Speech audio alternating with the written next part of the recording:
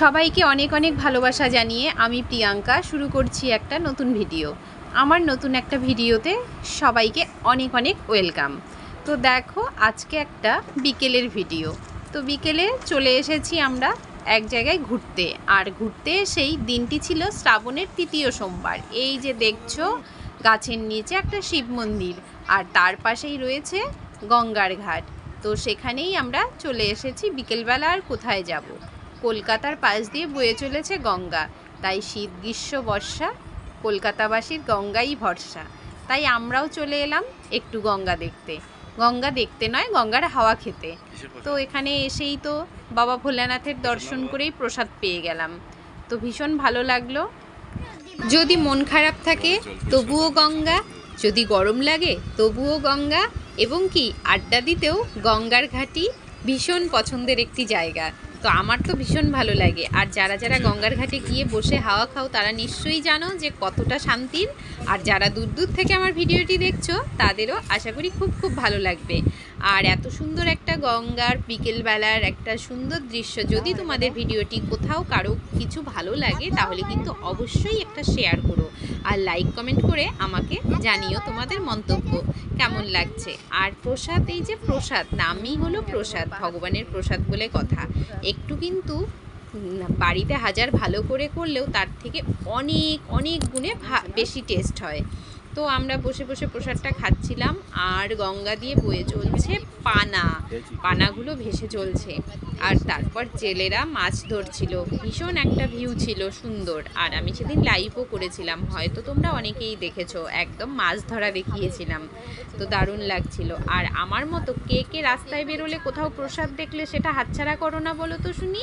আমি কিন্তু হাতছাড়া করি না, কারণ রাস্তায় যে কোনো শালপাতার, এখন তো শালপাতার বাটি বেশি নেই, তো শালপাতার বাটিতে করে যে প্রসাদগুলো দেয় আমার কিন্তু ভীষণ ভালো লাগে, আর আমি খেতেও ভালোবাসি। ওই দেখো দুটো ছেলে জলে নেমে পড়েছে, ওই দেখে রাই বলছে মা ওরা সুইমিং করছে, আমিও করব। আমি বলছি না বাবা, এখানে তো তোমাকে ছেড়ে দেওয়া যাবে না, তোমাকে অবশ্যই আমি সুইমিং পুলে নিয়ে যাব।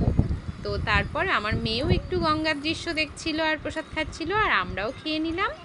আর কি সুন্দরভাবে ওরা স্নান করছিল, দেখে মনে হলো যে আমিও একটু লাফিয়ে চলে যাই গঙ্গায়।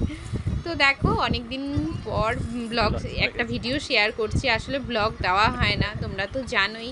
ছোট বেবি নিয়ে সারাদিন ঘরে একা হাতে কাজকর্ম করে আর ইচ্ছে করে না যে ক্যামেরাটা ধরে একটা ভিডিও বানাই।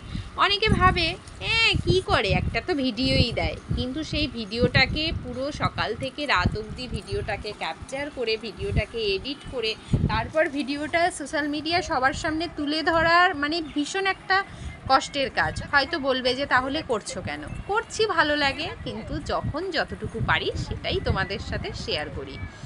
আর কদিন ধরে আমার একটা প্রবলেমও হয়েছে মোবাইলে, তো সেটাও সলভ করতে পারছি না, যার জন্যও ভালো লাগছে না।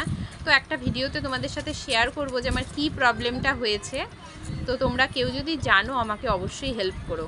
তো দেখো কত সুন্দর চোখ জোড়ানো একটা ভিউ, তোমাদের কেমন লাগছে? আমার কিন্তু ভীষণ ভালো লাগছে বন্ধুরা। তো তোমাদের যদি ভালো লাগে তোমরা কিন্তু অবশ্যই আমাকে লাইক কমেন্ট করবেই, আর আমি তোমাদের কমেন্টের আশায় থাকবো যে আজকের ভিডিওটা কেমন লাগছে।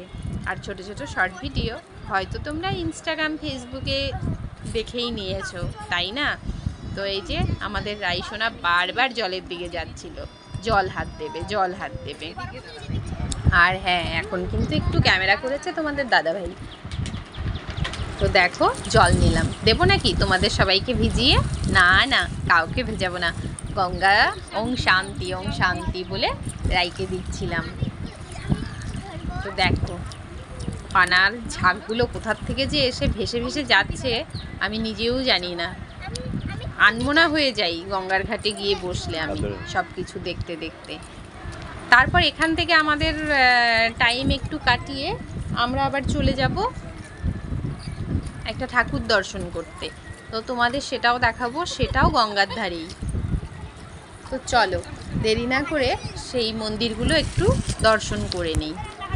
আর তারপরেই আমরা চলে এলাম এটা আরেকটা গঙ্গার ঘাটে, তো সেখানেই মায়ের মন্দির ছিল। তো মায়ের মন্দির দেখলাম। আর জানো গঙ্গার ঘাটগুলোর চারপাশ দিয়েই না কোনো কিছুর মন্দিরই রয়েছে, ভীষণ সুন্দর।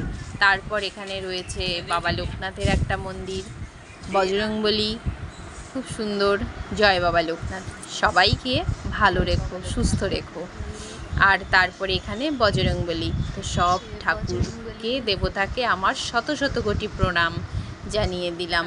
তারপরেই দেখো এটাও সেই বাবা ভোলানাথ রয়েছে গঙ্গার ধারে, কত সুন্দর না লাগছে। আর সেদিন ছিল শ্রাবণের 3য় সোমবার, জানো আমার তো খুব ভালো লাগলো যে সোমবারে এসে আবার বাবা ভোলানাথের দর্শন করে আবার প্রসাদও পেয়ে গেলাম। তো আমাদের গঙ্গা ঘোরা শেষ, তারপরেই চলে এলাম একটু সোদপুরে মার্কেটে, কারণ সেখানে রাইয়ের একটা ড্রেস চেঞ্জ করার ছিল, একটা জিনিস নেওয়া হয়েছিল, তো সেটা একটু চেঞ্জ করার জন্য আমরা চলে এসেছিলাম। তো কিছুই পছন্দ হচ্ছিল না, আর আমার বেবিটাই দেখো বেছে বেছে দেখছে কোনটা ভাল লাগছে কোনটা না লাগছে। শপিং মলে গেলে বাচ্চারা যেটা করে।